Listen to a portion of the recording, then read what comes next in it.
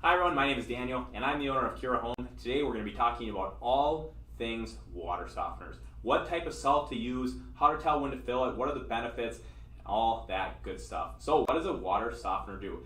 In essence, it softens the water. So it's going to be removing the calcium and magnesium ions from your water. So water comes into your home either through a well if you live out in the country, or through a main water line if you're in the town or city provided by the city there. And the water line is going to come in and it's going to run right into that water softener. Now, there is an exception to that. A lot of times the cold water line in your home bypasses your water softener.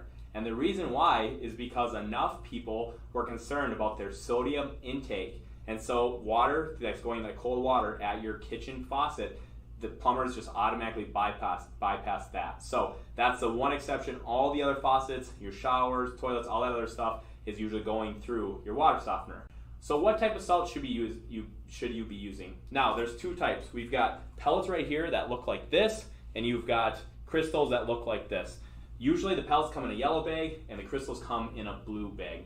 Now, if you go into your utility room and you look at your water softener and it's white, there's a barrel, a tub, and that is white, typically you're going to want to be using pellets. Now, the reason why is because of the way it absorbs and the way that it holds the salt.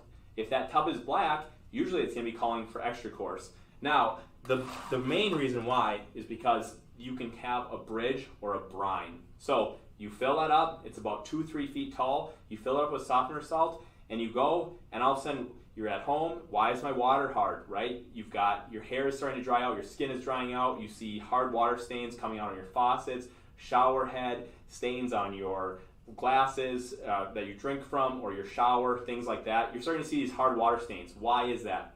You go down to your utility room and it looks full.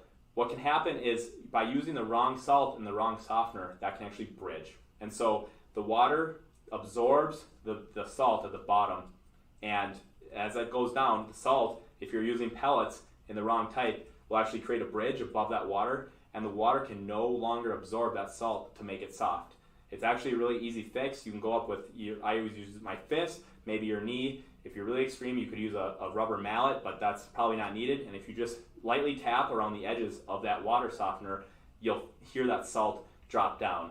If it's been there for a really long time, it might actually be stuck or almost cemented together. You might have to go and pull out all that salt, put it into a bucket, and manually break that up with a little chisel, hammer, screwdriver, something like that. Just be really careful to not be damaging the outer edges of that water softener. You don't want to have to completely replace it. So some typical signs that you're short on softener salt or that's empty is your hair is starting to dry, your skin, you're starting to see those hard water stains. We see those on granite countertops right around the faucet there, your shower heads, things like that. You'll start to see calcium buildup and things like that. So those are all really common reasons that softener salt is used and needed in your home.